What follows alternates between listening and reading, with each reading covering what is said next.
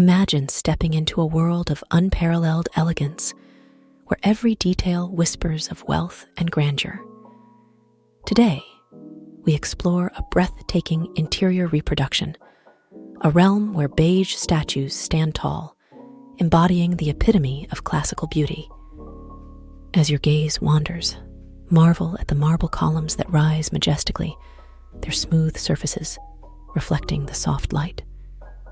These pillars are not just supports. They are the backbone of a design that celebrates opulence. Move further and behold the baths, carved from the finest marble, offering a sanctuary of relaxation that once was the privilege of the elite. The walls around you, adorned with intricate carvings, tell tales of a bygone era where artistry and luxury were intertwined. Gaze out of the enormous windows, framing the world outside while bathing the interior in natural light.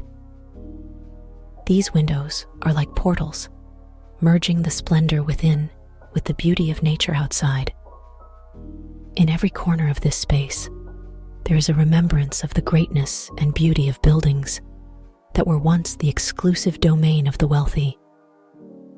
This reproduction isn't just a showcase of luxury, it's a tribute to an architectural legacy that continues to captivate and inspire.